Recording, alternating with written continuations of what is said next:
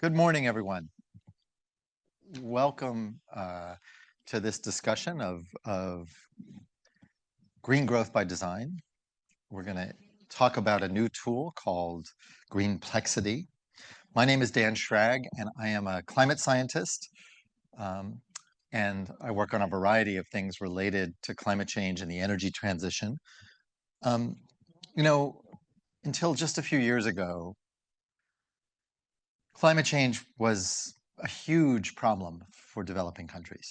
Not only were they going to bear and will bear some of the most brutal impacts of climate change, but also they were being asked to essentially sacrifice real economic opportunities to pay for the energy transition in their countries when they really hadn't contributed very much to the basic problem. The unfairness of that seems a little bit absurd.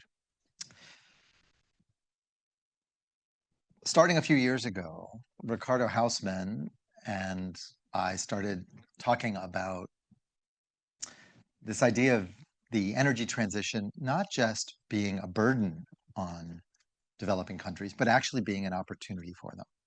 The idea is that the energy transition represents essentially a scrambling of supply chains and markets such that the renewable resources, the variety of resources needed to transition the entire energy system to a green one, represents an incredible opportunity for growth in developing countries. Whether you have incredible renewable resources or mineral resources or a variety of other opportunities, now developing countries can see a transition to the green economy as an economic growth opportunity because there are markets all over the developed world that will invest in their countries and actually pay for some of the critical infrastructure needed to transition over to a more green economy. This idea was sort of encapsulated in an executive education course that Ricardo and I have been teaching now. This will be our third year doing this. And with all of the team in the Growth Lab, we've been thinking about this issue. And in some ways, this tool, Greenplexity, is an outgrowth of that, a very exciting opportunity to essentially allow countries to calculate and see what the opportunities they have based on their particular geographies, their natural resources, et cetera. So I think this is a really exciting idea, and I'm delighted to be here to welcome all of you and to sort of set the stage for what's going to come. There'll be an opportunity for questions later, but why don't I pass it over to Ricardo Hausmann, who has really been the mastermind, the captain of this voyage. So, Ricardo, please.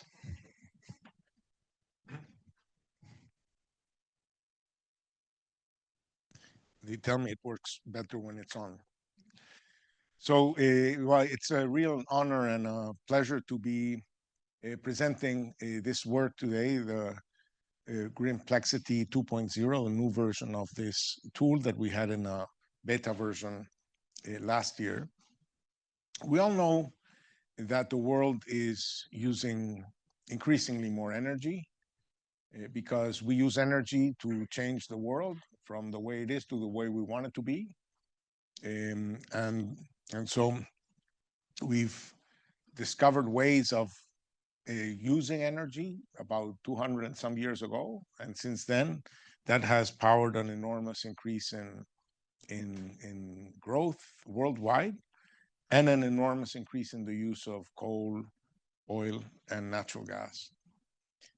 There is a very clear relationship between how rich you are and how much energy you consume. There's some variation in it, but it's a pretty tight relationship. There's no easy way to become richer without also using more energy. But given that the energy that we use is mostly coal, oil, and natural gas, it comes with emissions. I like very much this graph because it's a graph of global emissions where the x-axis is proportional to population in these countries and the y-axis is proportional to emissions per capita. And this is a dramatic picture of the inequality that Dan was talking about, right? that um, everybody wants to blame, say, China because it's the biggest emitter in the world, but it's now emitting, say, at half the rate of the US in per capita terms. It's just that they have 4 times more population. But you see that all of Africa barely makes it into the picture. And, um, and India is emitting at, I don't know, 1/7 of US rates. So if you now say, okay, now let's stop emissions now, it means if there's a strong relationship between how much energy you use and how rich you are, stop emissions now means stop energy now. Stop energy now means no more growth, then or much more expensive growth or whatever. Then this becomes a very unfair choice. So the way the world has thought about this problem is to think that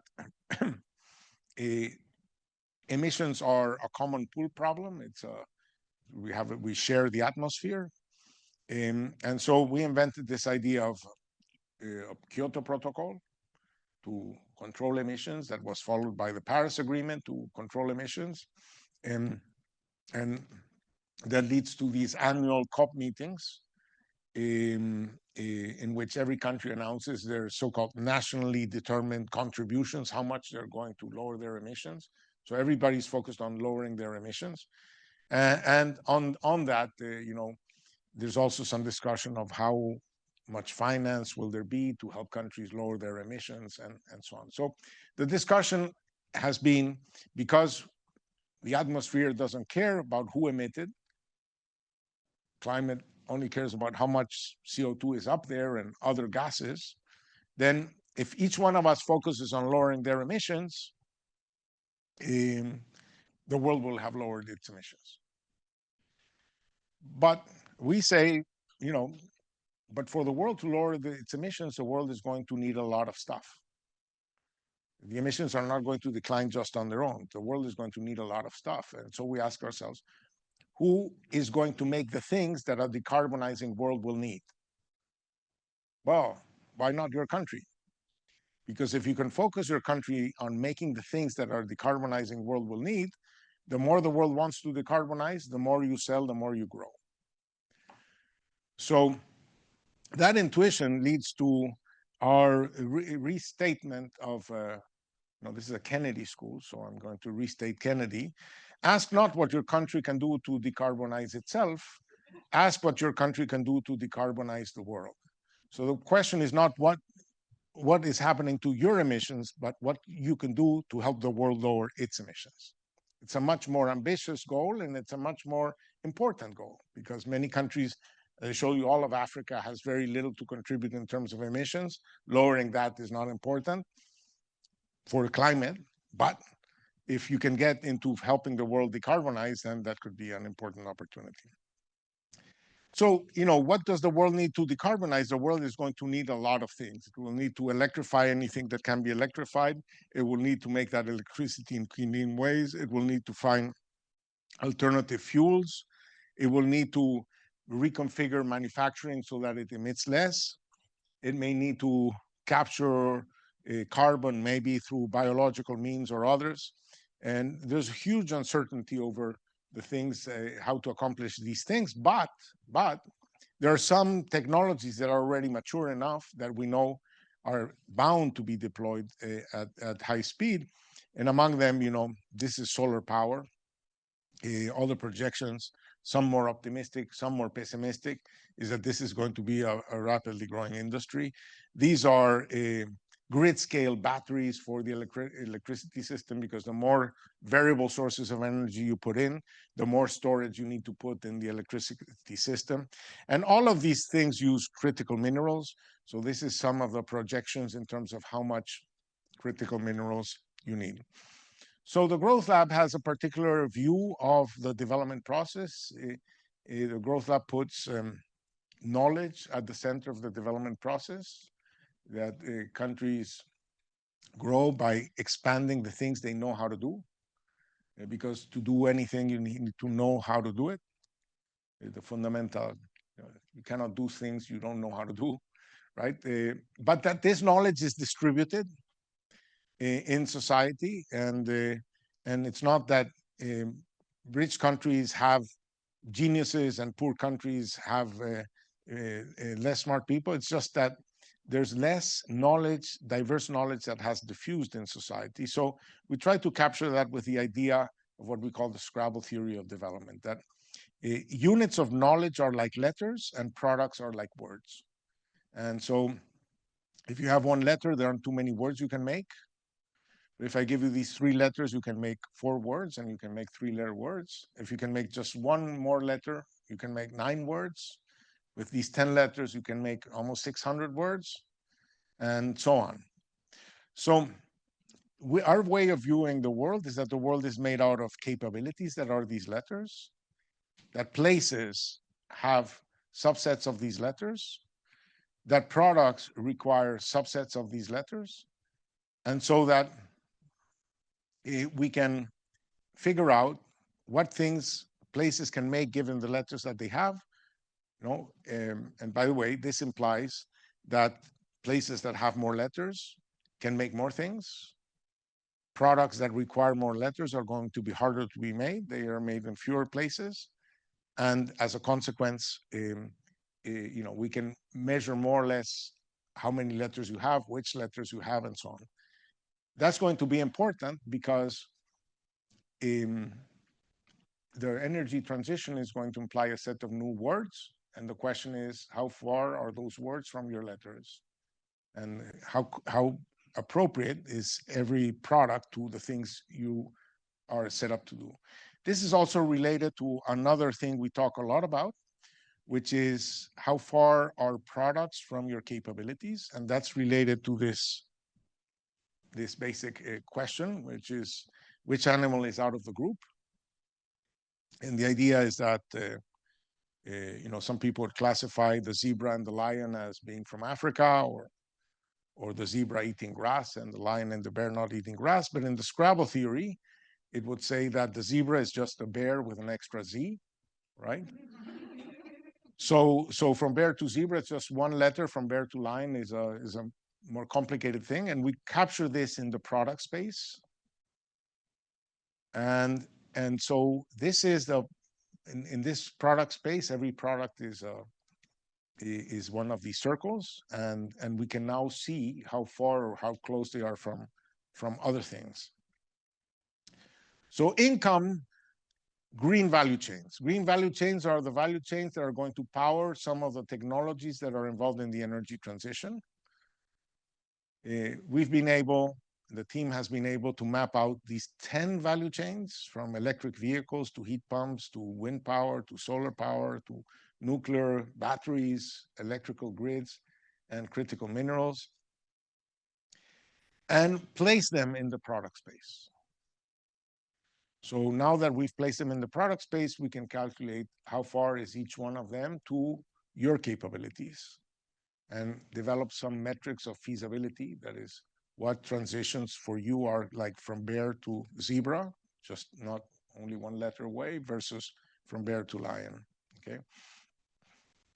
And with this same tool, we can calculate how appropriate are your letters to become suppliers of green value chains. So that's where we created this Greenplexity index, which is a metric of how well positioned is your production structure to supply the needs of the world. And that's something we are launching today, if you want, in the Greenplexity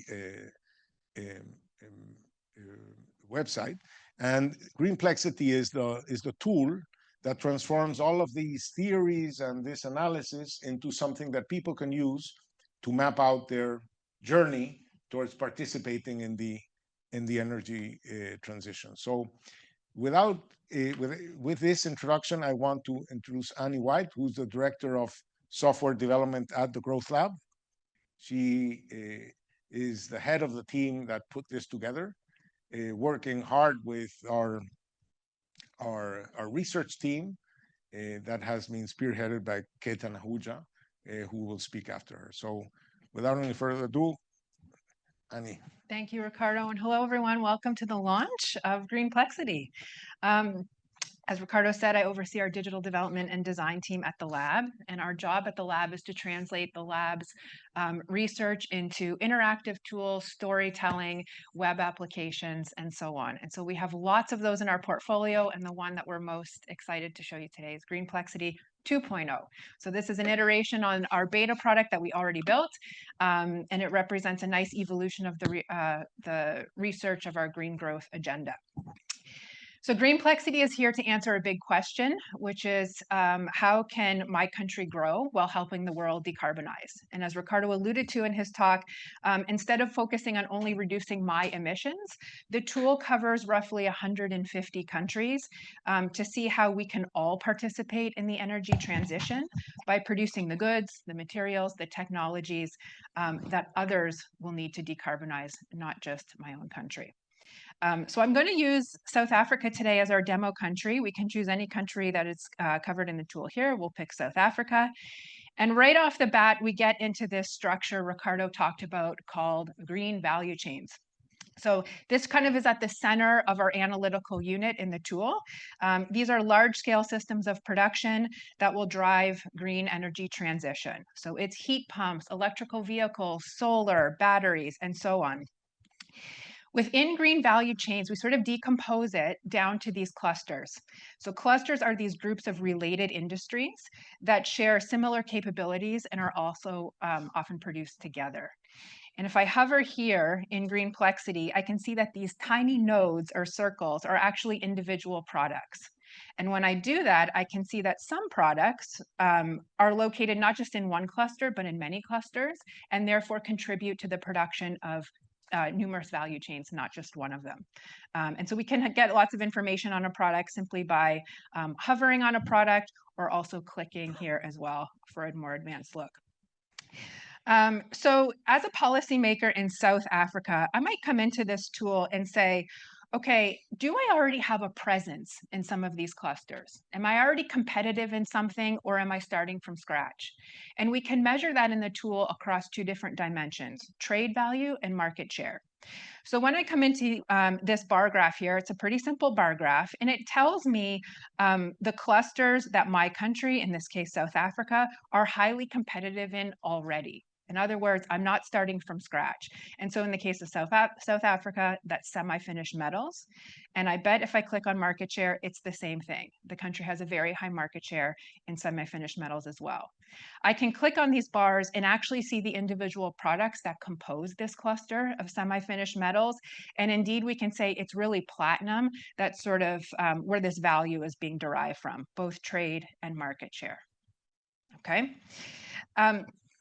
What we do is we then take this information around what my country already knows how to do, and we propose a policy approach for the country. This policy approach is a way of saying, okay, we can take your existing capabilities in green industrial clusters and present a policy approach that can offer unique opportunities that are true for your country, but not necessarily for another country. In the case of South Africa, we propose this light touch approach. So given the country's existing capabilities, there's ample opportunity to diversify into new opportunities. And what those opportunities might be, we start to give you a hint here in this scatter plot. So once again, we're looking at clusters here, and we try to identify for the country the clusters that represent the most ample opportunity for diversification and growth. In the case of South Africa, it's polymer resins, it's bulk chemicals, it's catalytic materials.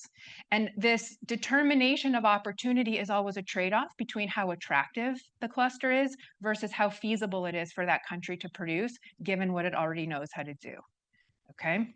When I look at this tool, so if you kind of take a snapshot in your mind of what this scatter plot looks like, I can change the country. We'll pick Canada here, and you see a very different picture.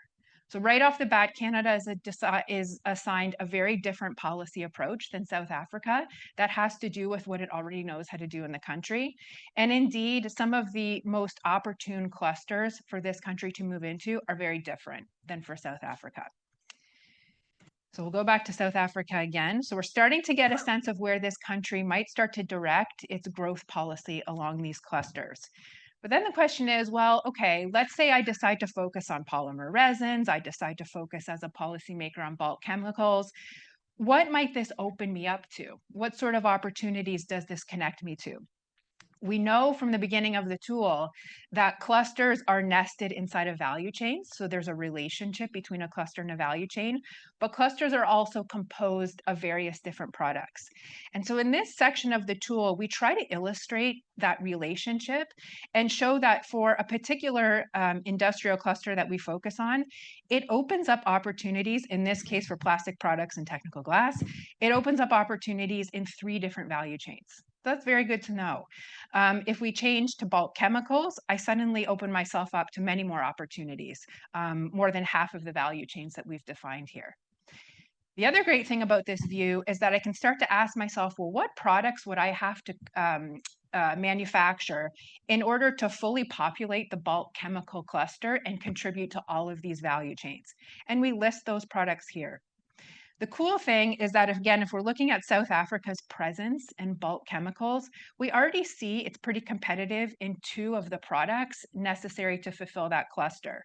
And so perhaps, in addition to sulfur crude, for example, sulfuric acid, sodium hydroxide, carbon represent new opportunities highly related to what the country already knows how to do.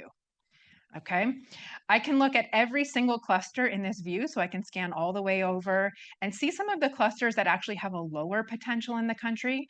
So maybe these are the ones I pay a little less attention to, and I can scroll all the way back and see the clusters that present a little bit more of an opportunity for this country. Again, if I change the country, the opportunity assigned to these clusters completely changes. Okay.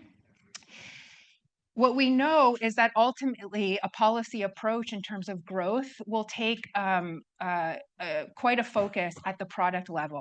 And so we can focus here and get a little bit more information on products that are related to this cluster. But the tool also concludes by taking a real zoom in at the product level. And so here we have these spider diagrams. And each one of these represents a single product. So here we're looking at polymers of ethylene.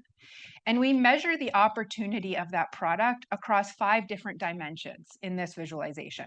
So is it market growth growing or not? Is its market size growing? Is it feasible for this country or no? How about its complexity? And you can see here, if you scroll down, every product sort of visualizes that varying opportunity or advantages, depending on the product.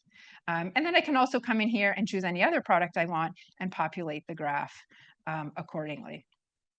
What's really great, we always know there's people in the group who say data visualization is great, but just give it to me in a table. And we always try to do that whenever we can. So we take all of those products that you can either populate yourselves or that the tool assigns, and we populate it here inside a table that lists all of those different dimensions you might find important to analyze a product's opportunity for production. One of the amazing things about this tool is that you can actually do a lot more analysis at the product level by linking out to the Atlas of Economic Complexity. So the Atlas of Economic Complexity is our flagship tool. If I click here, it's going to take me to a tree map showing where did South Africa actually export this product to in a given year. I can switch it over and determine where it was importing as well. And so the Atlas will allow me to do all kinds of in-depth analysis at the product level. It covers every country in the world and over 6,000 products and services. So the 2 of these products really dance nicely with each other. The last thing I want to show you in this tool is what we're calling our green index. And so this is the first time we're launching the Greenplexity index at the lab. And this is a way to see, based on the breadth and complexity of a country's presence in green industries, whether it has sort of the capability to continue to participate along those value chains. And we visualize this in a number of different ways. So we can see here, when we look at this index, countries like, we'll hover here and we can see over time, China, Austria, United Kingdom, Hungary, Romania. These are countries that are at the top because they already have the industrial base, they have the technological capabilities to really play a leading role in the green transition. But if I look up a country, and maybe we'll choose Morocco here, we can see that Morocco's growing actually really quickly. And so Morocco shows that, and there's a number of different countries with a similar profile, the energy transition isn't just for high income countries, there's opportunities for emerging economies as well. We show this view again in map form for those of you who like that view. And once again, for the table people, here it is in rank form, the Greenplexity Index ranking, and then we show that how that ranking has changed over time. And so Greenplexity is really, I think one way we've thought about it on the team is that it really illustrates opportunity and a very particular and urgent kind of opportunity. And one of the great things about it is that we're learning all kinds of stories at the country level and what this tool is telling us about their own opportunities. And so on that note, I'm going to pass it to Ketan, who's going to illustrate some of these stories.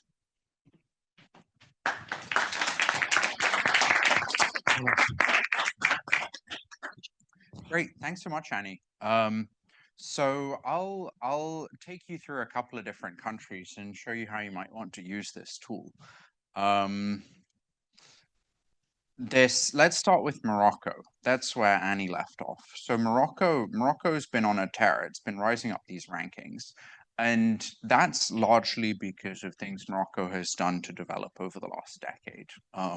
So we map the EV industry in Greenplexity, and Morocco's been developing this automotive cluster that allows Morocco to make vehicles competitively. And that's a big part of how Morocco's been adding capabilities to its economy. And now Morocco might want to ask itself, well, how policymakers there might want to ask, how can we use these capabilities and use them to diversify into green industries? So we can look at Morocco and then ask ourselves, which clusters is Morocco in? And Morocco's in a whole bunch of these different clusters, but it really has a good presence in the electric grid and in EVs. And so you can see several clusters in the EV sector in Morocco that Morocco is pretty competitive in. And also the electric grid is pretty populated. It has some presence in batteries. So these are seeds that Morocco can build off. It's got some shoots in the energy transition that it can try and grow on. That lets us say that so we can then dive into the cluster level, and Morocco, it seems like Morocco has pretty good presence in industrial engines and electric equipment. This corresponds with the previous graph where it had a lot of presence in electric grid technology. So we can dive in and say, okay, Morocco's weirdly good at making electric wire. And it exports a lot of wire. It's very competitive. This RCA value is an indicator of Morocco's competitiveness. So 14 is very high. And then it makes things that are used in vehicles there too. And you can see the top three clusters are all electrical, so electrical devices and components. Morocco is pretty good at making circuits and semiconductors and batteries and capacitors. So these are complex things that lots of different energy technologies are going to need to use. So we can dive in and look at those at a product level, and we can look at them at the market share level too. And we have a similar story in market share. Interestingly, market share shows that some of these markets are bigger than others. So we get some of these clusters switch around in order. So Morocco's third largest cluster by market share is actually in metal ores. This is useful because you want to be a big exporter also in a big market. And that's going to be helpful for your development. So Morocco can learn a lot about its presence and journey. I'll take you to another country, which is Romania. So Romania is been also moving up the rankings slowly. And Romania is an industrial economy. It's Eastern European, and it's really developing a good manufacturing base. So we can ask, what is Romania in, and how does it use its manufacturing capabilities in the energy transition? And Romania is kind of interesting because it's 11th in our ranking, and it has a pretty broad presence across these different industries that make up green value chains. So it has a lot of broad-based opportunities. It's got a lot of options in this space. And here I'm taking you to Romania's strategic approach. So we've assigned Romania this light touch approach. And what that means is that Romania has a lot of opportunities to diversify. And its industrial strategy should be on encouraging its industrial base to diversify into these things that are nearby, for which it already has lots of interesting, good capabilities. And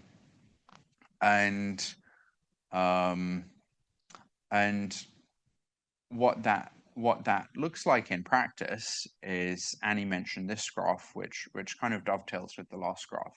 So it lets you dive into what those opportunities are.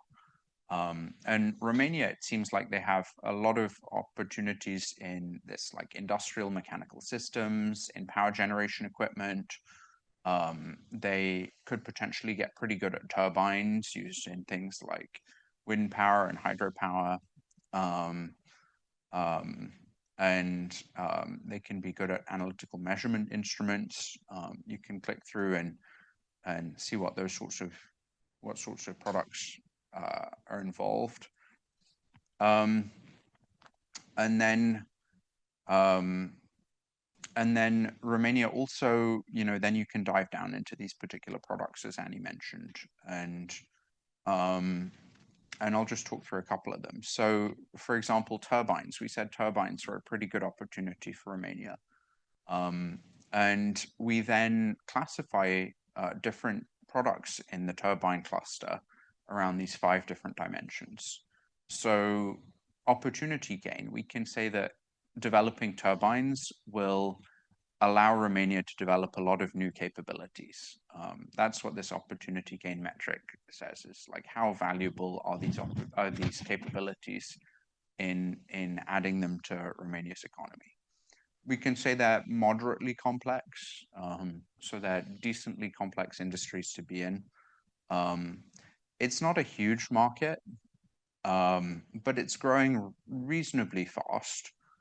And then it's also an industry that is pretty feasible for Romania. So it's pretty within reach if Romania were to diversify into it. And then we can look at some other products. So we can look at, for example, things in the automotive value chain, like assembling monitors or different communication equipment in EVs. And they look pretty different as opportunities. So they're also moderately complex. They are less valuable for Romania to diversify into, but they're more feasible. And it's a much bigger market, although it's maybe not growing so fast. So each of these industries has a different profile. There's a different flavor to the sort of industrial policy involved. And this aims to really help a place figure out what its opportunities are and how it can go about developing them. One other nice feature we have is that we link this to our broader tool, the Atlas. So if you want to dive into a product in more detail, you can then link out to our Atlas and look at that product and that country's exports, and use the Atlas, which is our older, bigger tool, to really explore that product in great detail. So yeah, take a look at the tool and play around with countries and see what it can tell you about different country strategies for green growth. But that's all I had for the moment, and thank you very much. What do you think the opportunity going forward is using this new tool?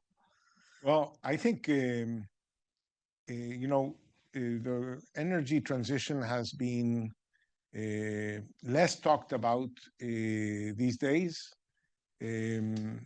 for obvious reasons. But a lot of the energy transition involves electrification. And AI needs a lot of electrification. So I think that the energy transition and AI are going to push many of these value chains forward. So it's not just the energy transition per se, but I think that electricity is going to be at a premium. I think these companies will want to think about how does their capacity look like in a decade or two, and they'll want to think about their carbon footprint. So I think that both the energy, the worries about climate, and the demands from AI are both going to push in the direction of faster growth of these value chains, and participating in them is I think a growing opportunity. So what does this mean as you get, you visit and talk with heads of state all over the world?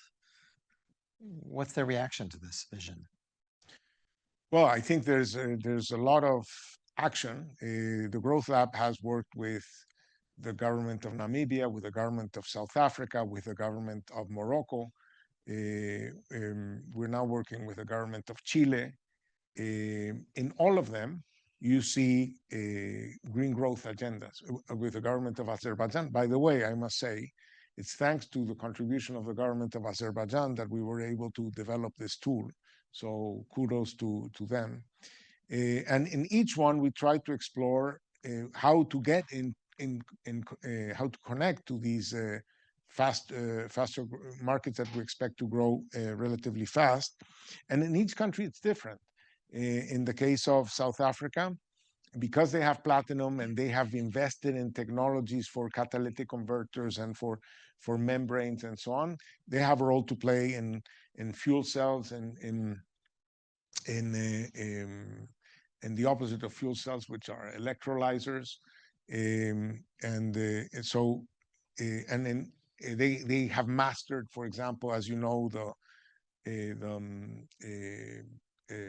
going to help me. There's the Fischer-Tropsch technology that might be critical in the production of green fuels. So they have action there. They are thinking about grid scale batteries using what's the vanadium. So you see that there's action there. In Namibia, they're thinking about green steel and green hydrogen, and they have a pilot plant that is already producing green steel with German support. They have co-located sun and wind, which creates opportunities. In Morocco, they're thinking they also have co-located sun and wind, but they're major exporters of fertilizers, and they want to green the ammonia that they mix with their fertilizers. So they have big projects there. In Chile, they have a lot of sun in the north and a lot of wind in the south, and there are regions in Chile where their future would be radically changed if some of these projects go through. So in many places that we work on, we try to figure out are these opportunities materializing, and what policy response would it take for something to happen? So before we turn to questions from the audience here, I just want to ask one more question. Really, it's really to all of you, but let's start with Ricardo. So in recent years, the energy transition looks a little bit frayed. In the US, obviously, the Trump election, where he is calling for a return to coal. Luckily, that hasn't actually happened, but that's the rhetoric coming out of the White House. But even in Europe, which is much further along down the pathway of decarbonization, we've seen a bit of a backlash, far-right governments coming into power, or at least on the verge of coming into power. Of course, China is still going full steam ahead. But the question is, how do you think the sort of recent political shifts in the winds is affecting the enthusiasm for this agenda? That's why I was saying I think that there is obviously less enthusiasm in some circles. There's less policy support in the U.S. for the energy transition for the Although the focus on domestic production was such that Yeah. the IRA was never a great boon for developing countries anyway. Exactly. But what I think so we have to count as a less focus on the on climate, if you want, but much more focus on the shortage of electricity because of AI. And so I think that the AI boom is probably overcompensating for, at least from the point of view of opportunities and in the rest of the world, it's overcompensating for lesser policy support in the U.S. In Europe, the policy support for the energy transition is still relatively strong because they see it correctly, I think, as an industrialization strategy, and they want the jobs. Right.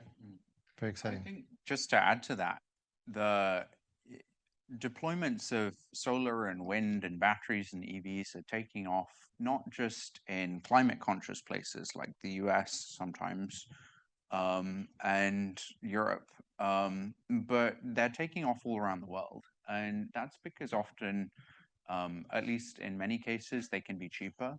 They have drawbacks, but they can often be cheaper. They can be easier to install. They can be faster to market. They can be more decentralized. And so they have all these benefits. And the energy transition means that every country is going to need to rebuild its energy system. And energy, we've learned, is involved in everything. It's an enormous part of a country's capital infrastructure. And this is really about saying, okay, maybe it's not in vogue right now, but it's still an opportunity for countries to pull into existence parts of their industrial base, as every country around the world needs to invest heavily in these technologies over the next, say, 30 years. Now, China's dominant in many of these industries, and it's not because China decided 3 years ago that it was going to become an EV producer. It's because China maintained commitment through as popularity of these technologies waxed and waned in the West. And it steadily built competitiveness year on year until it hit a tipping point a couple of years ago where, in a couple of years ago for EVs, maybe a decade ago for solar, where it really ran away with these industries. And so it's not really about following the kind of headlines, I think, but more about building a long-term development strategy that can slowly build on competitiveness year over year and rise up the ranks in the way that Morocco has done. Annie, any thoughts about this? Nothing to add. No. Okay. Good job. Maybe we can get some questions for the audience. Please, in the green.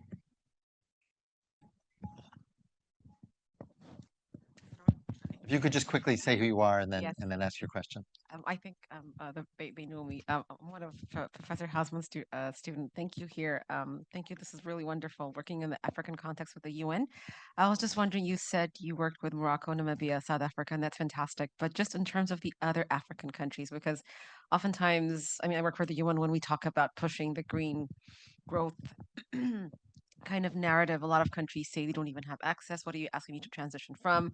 My people can't see. It's not my problem. Go talk to the West about this. It's really an issue. So we really try to advocate how this is a growth opportunity. And that's where you kind of see the change and shift and where it starts to land, so to speak, about how this really is an opportunity for growth going forward. But the cost is really a challenge for a lot of African countries, as you're well aware. So I was just wondering, have you been able to pitch this to other countries, other sub-Saharan African countries? And apart from Morocco, South Africa, Namibia, where have you seen interest in kind of taking this on? Sure. Well, you come from Ethiopia, and Ethiopia has just finished the GERD, the Grand Ethiopian Renaissance Dam, it's a hydro dam. Hydro is green energy. So for Ethiopia, the fact that, and it's been decades in the making, and it's a hugely difficult project, and it's been successfully completed. So, and now it's generating more electricity than Ethiopia needs. So now, one additional attraction of Ethiopia is that if you were to install your plant in Ethiopia, you would lower your carbon footprint vis-a-vis locating somewhere else, and that could make Ethiopia a more attractive destination. We call that power shoring, and so it's one example of that. Dan has emphasized that some of the ways in which you can make green products is by using biomass. And biomass is, if you want to put it in a factory, you would want to have raw materials 24/7, 12 months of the year. And the only place where you have biomass growing 12 months of the year is in the tropics. So the tropics can become places where you attract investment for the production of biomass that part of it might be used for food, and part of it might be used for different forms of green products, whether it's green crude or fuel substitutes and so on. So I think it's the question. History is history. We have no technology to change the past, but there's some new cards in the game, and the question is how can you play with the new cards?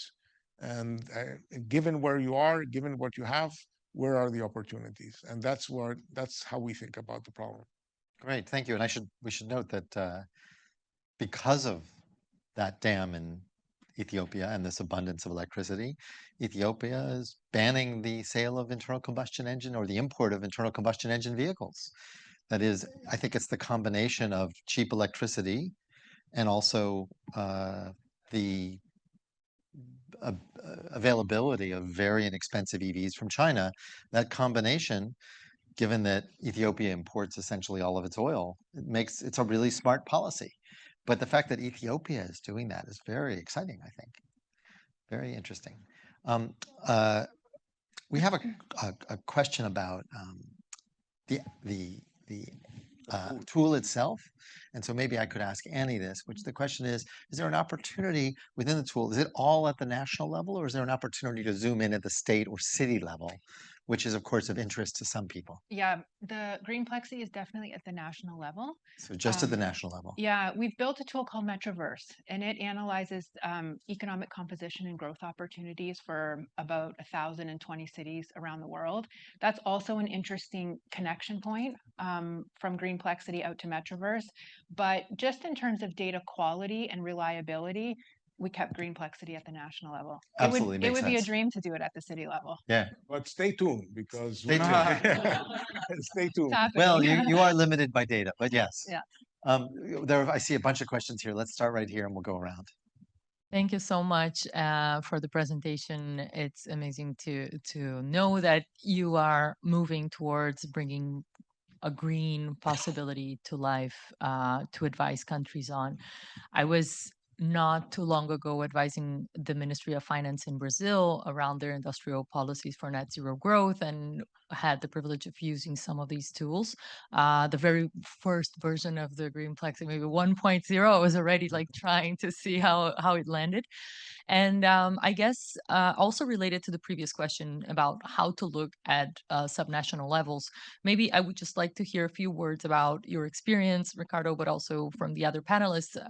How is your experience in bringing these advices to life with governments? What are the main recommendations that you have for that, especially subnational as well? Because we know some of the decisions will cascade into not only a national level decision making, but also subnational.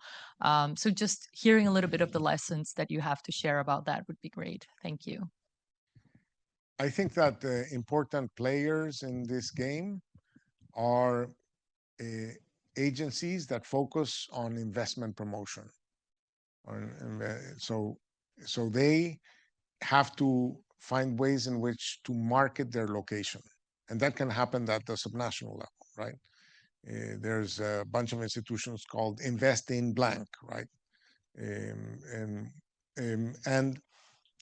for example, we are now going to hopefully be working soon with the government of Cordoba in Argentina. And their question is, okay, given all of this, and given our history, our capabilities, and our opportunities, how can we create an investment case for ourselves? So yes, local, that is local and state governments. What you need is, what is a place that connects potential investors with the place, and to have the capacity to have the conversation. And I think those are the agencies that we would expect to play around with. We're fortunate to have the opportunity to work in the creation of the Investment Promotion Agency of Namibia. And we were super proud to see them win an award by UNCTAD like a year or two ago in creation of these capabilities in the government. Very exciting. One thing to add to that is that I think a nice thing to focus on is industrial policy is often a lot more effective when you can depoliticize it, at least somewhat. And we've seen that in lots of places. You see it here in the US, where the IRA has suffered, but the CHIPS Act has done all right. Something that's kind of a problem solver.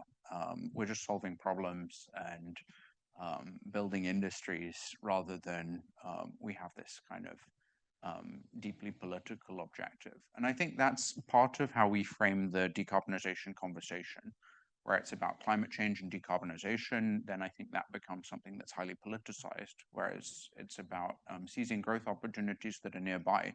You know, energy systems, for a long time, energy systems were very boring. It's a funny thing that people get really worked up debating about where their energy comes from. We haven't, you know, most of the time for most of modern history, people have just plugged into the grid and they haven't really cared. And so so that's something, for example, we can see in Morocco, where you know, Morocco, Ricardo mentioned, has this ambition to create green ammonia for its fertilizers. And there it's sort of just like import substitution. We're developing our own ammonia supply. We don't have ammonia. We don't need to import it. That's a depoliticized framing that is likely to not get caught in these fads and cycles that Dan mentioned. So I should caution you though, Ketan. I mean, pushing back a little, industrial policy is not simple, right? Everybody loves industrial policy when it works. You mentioned China and their industrial policy, although, you know, it's not quite clear how that policy is working in China. But when industrial policy fails, political leaders get in big trouble. Yeah. So, you know, and economists, a lot of them think industrial policy is terrible policy. So it's not quite so simple. Any reflections on that dichotomy? I think that everything that is worth doing well. And there's, I think if countries just forgo industrial policy, they enormously increase their probability of failure. But they can also fail in trying to do industrial policy. So I think that industrial policy is a little bit like any policy. You have to learn how to do it. Most countries have a central bank, and the central bank needs to know how to do good monetary policy. And some of them are horrible at it, right? Sometimes you just get unlucky. I mean, a nice example is Germany's Energiewende, which really was an industrial policy of sorts to make German solar producers the dominant ones in the world. And so they put very high domestic tariffs on electricity. They paid lots of subsidies for people to install solar and wind with the idea that this would build up German companies. But then they didn't anticipate the Chinese manufacturing coming in and eating their lunch, essentially. Yeah, and absolutely. So there's failures in industrial policy, but that's why in our approach to policy, we are very stingy. We try to We don't put much budget money into industrial policy. We try to be very responsive in terms of providing the public goods that industries need and to provide the coordination that industries need, but very stingy on the budget. Right. Because most of the places where we work on, there's very little space in the budget for that. Okay, we're going to just go across here, right over here, and then we'll move over across, and then in the back. Thank you. I'm Badini from Mid-Career MPA, and you'd realize that most of us are stuck up on the same point, and that is, how can we establish a case based upon Greenplexity as a tool to convince governments, particularly the state governments, to invest in green economy? Thank you. So, in general, these investments are not for the government to do. It's for the private sector to do, but for the government to coordinate or to promote or to, attract. So you will need two to tango. You want the government to see the kind of possible futures that can occur in their location, but they will need to engage with the people that would put up the money and invest and so on. So that's why the downside to the government from a fiscal point of view is less significant, because the people who are going to be analyzing whether it's feasible or not are the ones who are putting their money at risk. So again, to be very clear, what we're talking about here is foreign investment in developing countries. This isn't domestic money, it isn't tax dollars going to work. But the role for government is still significant in terms of making permits easier to supply, creating all sorts, cutting through some of the bureaucracy, essentially making it so that it's easier for outside investment to and for local business to actually grow in response to this opportunity. There was a question over here. Yeah. Hi, I'm Narinder. I had a question regarding supply chain in this framework. Where does supply chain resilience come in? Like you have shown that you need to jump, maybe light touch approach, but like where does current example of rare earth metals or something like that happening, where that fit in your framework? If you are advocating to a country, let's focus on this sector, but other dynamics maybe maybe there, and also about maybe they may have the capability, but some may need $10 billion. It may be near, some may be far, but it may need $5 billion. So how does that? I think supply chain resilience is critical for many of these energy technologies. It's not a view in Greenplexity, but the underlying data and also the atlas can be used to ask those sorts of questions. We have looked at issues of risk and resilience. So we map in Greenplexity, we map all of these value chains, all the components that are used and where they're produced and how they're traded. And you can use that to build a sense of resilience. Critical minerals, as you mentioned, are very, very concentrated. And so you can assess that using these supply chain maps. You can download the data from Greenplexity. There's a little download button in the corner. And then we can use metrics of centrality and risk to really assess what are the critical points of failure? Where do you need to focus your efforts on diversifying? If this industry were disrupted, would it ripple across these value chains and cause broad implications, or would their implications be more localized? So that's the sort of thing you can do, but it's just not a view in Greenplexity yet. So I would say one more thing, so these value chains tend to be global, so they're not right, and we've split the value chain into chunks, which we call clusters, and inside every cluster there's a bunch of products. So that's how we split the value chain. So some people thinking about resilience are these foreign investors or these global companies that are asking where this stuff comes from. So if you're sitting in your location and you're thinking that you're marketing your place, you will argue you should be buying from me, maybe because you're buying from X and Y, and we would make you more resilient, right? To supply from us. You are highly concentrated in X and Y. This is a source of opportunity for you. So it's the resilience of the value chain is the problem of the value chain. If you're managing a location, you're managing your participation or potential participation in those value chains, right? So what you want to do is figure out how you are going to maybe help for the resilience or help to secure the value chain from disruption elsewhere, right? So that might be your marketing trick. Right. Okay, in the back, and then we'll work our way back forward, all the way in the back. Thank you. My name is Santiago Cregueras. I'm a fellow and an alumnus of the Kennedy School. Congratulations for this new baby. You could possibly rename the Growth Lab now as the Green Growth Lab. One of the important elements of the energy transition that has been discussed throughout the discussion, I guess it's energy efficiency. So I was wondering if energy efficiency is embedded in any way in the Greenplexity tool, or is it something that could be included in the future? Thanks. Well, I mean, it's not a direct focus. It is the case that in many uses, electricity is a much more efficient use of energy than combustion, right? Because the conversion rates are much higher. So even if you use coal to make electricity, you emit less by driving an electric vehicle than by driving an internal combustion engine vehicle, just because the efficiency of converting energy into work is so much more efficient with electricity.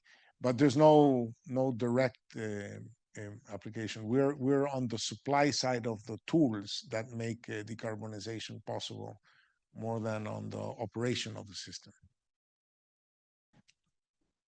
Right in front of you.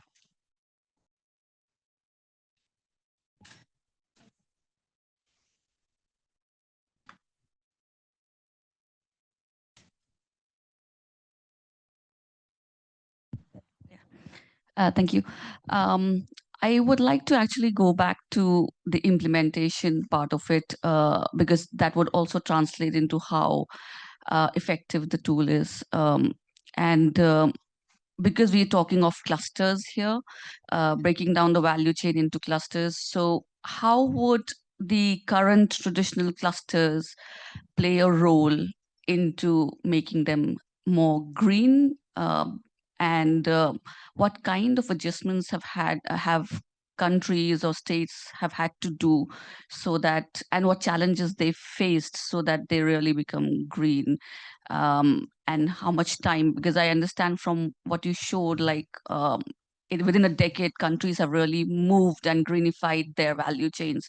So what are those challenges that they've really faced in making that cluster? Also, the traditional clusters are actually not geographically well and closely located. So does one really start a new cluster to ensure that the value chain really moves and is well oiled? So how has that played out? Two things. We call clusters what we call clusters, and if other people call something else clusters, let's clarify, we may be using the words in a slightly different way. We looked at the inputs of these value chains, and we asked ourselves which ones tend to be co-produced in the same location, even by the same firms. So that because it's very hard to make an industrial policy for a super specific product, right? Because nobody makes a super specific product, they make a family of products. So think of them as family of products that tend to be co-produced. That's what we call clusters. So in our definition of clusters, they tend to be co-located. They tend to come from the same places, okay? And we thought it was important because we thought that the people using this are thinking place-based. They're thinking about a place, the development of a place. And we thought that a cluster is a better way to think about your industrial policy for that thing. And correct me, but I think it's 32 clusters we have, 34 clusters that we have there. Now, there's also, so we use the cluster in a slightly different way than the general thing. And also greening, we would use in a slightly different way. There's a lot of discussion of greening, meaning you reduce your carbon emission. So what is it that you are doing to reduce your carbon emission? We are using it in a different way. These are things that go into tools and things that allow others to reduce their emissions. So it's not about the reduction in the carbon emission of your clusters. It's about your participation in these value chains that are going to produce these enablers of decarbonization. There's a related question from online that I just want to bring up, and Ricardo, you and I can probably address this. But one of the viewers here asked about, well, some of these green technologies are much more expensive than the existing ones. An example is green hydrogen, where it's very, very expensive. And why should developing countries invest in these? I think the answer is, and you can correct me, Ricardo, is that the answer is you shouldn't invest in things that are ridiculously expensive if there's no market emerging overseas. The whole idea of this is that there are markets for green products overseas, and when they're at a critical stage, every country can participate in either the supply chain for these products or in the energy sources themselves. Absolutely. So I just in the summer went to Tierra del Fuego in the south of Chile, and that's a place where the wind blows constantly year round. So the world is looking at them as having good wind. So, but it's the world that's looking at them for their wind. So you'll have BMW, Porsche, this, that, and the other that want to explore green technologies. They want to do investments in your country because you have some asset, say the wind. But you're not putting your money at risk. It's their money at risk. Yeah, this is not, just to be very clear, this is not having green hydrogen because somehow your economy, should embrace green hydrogen. That's not what we're talking about. We're not talking about greening these countries necessarily. Although, frankly, by building these capacities domestically, many of these development scenarios will at least introduce these countries and get them familiar with these technologies and make them more competitive in the future. I mean, I'm sure that if Morocco in the process of developing its solar and wind resources, it's greening its electricity grid, and it may attract other investors that want to lower their emissions by offering green energy. But the key is the metric of progress is not Morocco's emissions. And in fact, that's one of the, I think, Ricardo, our course offers a serious critique of the Paris Agreement. The Paris Agreement, wonderful statement of all the countries participating in climate mitigation, and yet the focus of the Paris Agreement is on national emissions. And so Germany focuses on its emissions, and the UK focuses on its emissions, and China focuses on its emissions. And the problem is the world doesn't care about that. The world cares about global cumulative emissions. And so in some ways, we're just reintroducing this very fundamental concept, which is how can you reduce the emissions of the world, not of your particular country? And how can you make that into an economic opportunity? I see two, Ketan, and then I see two questions here first, right there, and then in front of you. One thing just to add to that is that the market for technology, it's not one thing. Technologies have lots of different applications and markets have lots of different niches. So solar panels were first used, the first solar panel was $600 a watt, and it was used on a satellite because it needed generation in space. And if you were to say $600 a watt, you'd say, no, that's way too expensive, obviously, for a terrestrial electricity system, when it's now 10 cents a watt. And some of these technologies also travel. 10 cents a watt for the module. It's not 10 cents a watt. Yeah. No, for the module.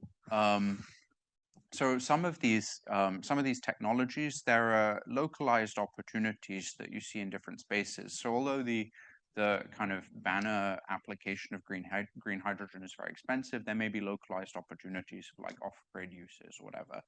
And that came up in our project in South Africa. And so just to say that it's not a transition that it proceeds in iterative steps as technologies find new applications and scale, and policymakers have to be very attuned to what the local specific niches are. Okay, we just have a few minutes left, so we're going to have two quick questions and then we'll. Thank you. I'm Raj from India. I'm Professor Hausmann's class. I'm an MC MPA here. And sir, you actually hit the nail on the head when you said it's the global emission that we need to care about. But some people actually say that we've already missed the bus. We now have to do course correction. But unfortunately, as sir just mentioned, it's the climate finance that's most important, especially from the private sector. But now the new fad or the new fashion in town is AI and data centers. And because we have these two engines of growth, China and US has totally migrated towards doubling down on AI, irrespective of whether the energy is green or not. So how do we envisage where would this, and 50 or 60% of the world's capital still migrates towards the US markets, and especially the big tech. How do we see, where do we actually try to draw the line and somehow on a larger scale, see if we can do something to shore up support for climate? Sure. Let me take that, and then Ricardo, you can comment as well, because I've been writing about AI recently. I agree with Ricardo's perspective. I think AI is an opportunity for us. First of all, let's not overstate AI's impact on electricity systems. Currently, it's just a few percent. So it's potentially bigger and bigger, but I think you're probably finance is still going in the data centers and absolutely finance is going in there, and I actually think that's a good thing. Remember that all of the big tech companies have deep commitments to clean electricity. So that's why you see, for example, Microsoft investing in an old nuclear power plant and a variety of other opportunities like that. So I think there is I'm not sure you can guarantee it, but I think there is a general inclination towards newer, greener systems, and that's a good thing. But I think there's something more important, which is regardless of what you build, again, the actual percentage of electricity is pretty low and for AI. And it's likely, future growth in AI capacity is likely to be balanced by increases in efficiency, which haven't really been, and I mean the efficiency of the AI algorithms, which currently they haven't really been paying for that electricity. And so it hasn't been there hasn't been a lot of market pressure to make your algorithms more efficient. I suspect there's a lot of improvements that can come. But put that aside, I think the bigger opportunity is that AI is likely to trigger a huge investment in the grid. Now, it's true that the grid that AI needs is not necessarily the same grid that we need for decarbonization, but there is a substantial overlap and the opportunity for overlap. And so it's really up to policy to encourage that overlap and make that opportunity possible. But remember, demand for electricity means we're building more solar, more wind, more everything else. The last 3 years, 80% of new electricity generation in the US was solar and wind, 80%. And so there's this interesting trade-off with energy efficiency. If we invested heavily today in energy efficiency, you might think it's a good thing because we're using less energy, but it would kill electricity demand. We would stop building new capacity, right? So there's a tension there that's interesting. And I think AI is actually fueling a lot of very important investments in the grid that are long overdue. So it's an exciting opportunity. Please, Ricardo, do you want to comment on that first, or are you good? So last question and more of a statement, and would be fast. Yariv, MCMPA, were too many of us here, obviously, and a part of Professor Hausmann's class. I think that the beauty of this is that it shows the what and the why. What do you have? Why do you need to do it? But it doesn't show the how, building on Badini's question. So we're government workers, and obviously I'm a government worker, so I can say that we're lazy, and we want to know the how. Oh, okay, so maybe that would be you like want the him next to do tool. all your work for you? That's a little bit Yeah, that's the thing. Yeah. So maybe that's the next tool. Not pushing you, not nudging you, but saying, okay, we want to know the how. Thank you. That's a good suggestion.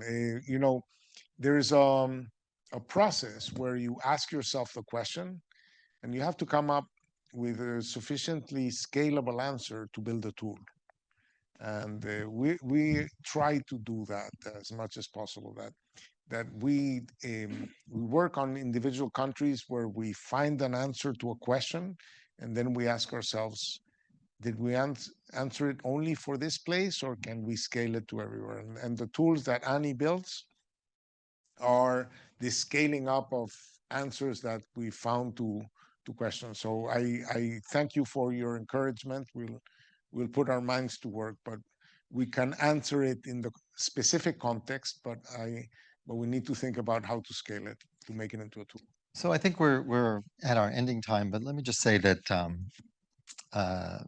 thanks to all of you, there are thousands of consulting firms that are now going out of business because of your because of this tool. This tool is doing the work that individual firms would have done for a variety of countries. I think, by the way, that's a great thing. I should also mention that this problem is not going away. The political winds blow back and forth, the pendulum swings one way and then the other. Climate change is going to still be an issue. And there is going to be pressure to decarbonize. It may wax and wane, but ultimately, these technologies will take hold, and ultimately the world will go down this path. And the question is, will countries seize these opportunities? I think it's a very exciting way of seeing the role of the developing country, not just as the victim of some extreme climate injustice, but an opportunity to participate in a reimagined economy. So thank you to Ricardo. Annie, thank you for all of the work you've done on this tool, and you too, Ketan, and thanks to everybody at the Growth Lab. Very exciting. Thanks very much.